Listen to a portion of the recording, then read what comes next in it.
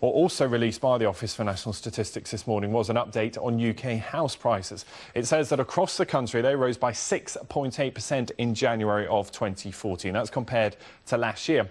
There was growth right across the country, but as usual, London showed the strongest increases. So what does it all mean? Where does it leave us? Henry Pryor is a housing market expert. He's in the newsroom for us.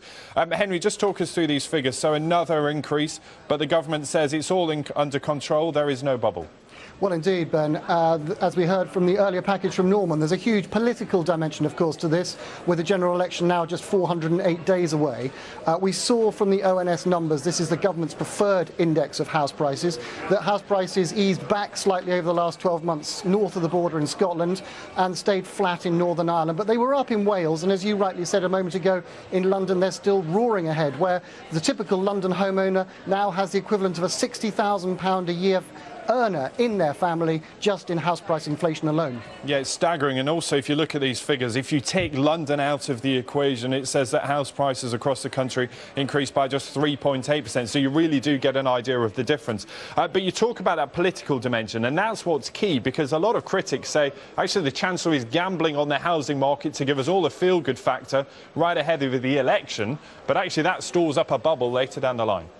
Well, indeed, the Chancellor has, as many people regard, bet the house on the general election and the outcome of that election next year. It will be interesting to see whether the housing market can sustain the impetus that it's been given through both Help to Buy, which the first part of which has been extended, as you know, until the end of the decade, but also we're yet to see the full implications of the changes made to the pensions schemes that the Chancellor announced last week, and whether a considerable number of people, or an appreciable number of people, will move their pensions when rather than cashing in an annuity and put them into some sort of buy-to-let or property investment.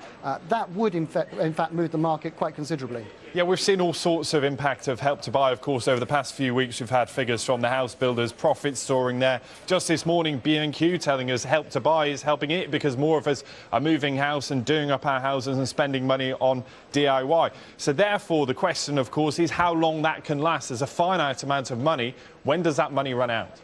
Well, I think that whilst the Chancellor has pledged to continue Help to Buy 1, the shared equity element of the scheme until the end of the decade, it's jolly difficult to see how he can actually hobble future administrations to that. We'll see after the general election in 12 months' time exactly where Help to Buy 1 does end up, but it seems clear that although the numbers released by the government over the weekend confirm that there have been roughly 17,000 mortgages supported by Help to Buy since the scheme was launched last April, it's too early to blame Help to Buy on its own with house price inflation, but there definitely is a feel-good factor out there, and in parts of the country house prices are running away.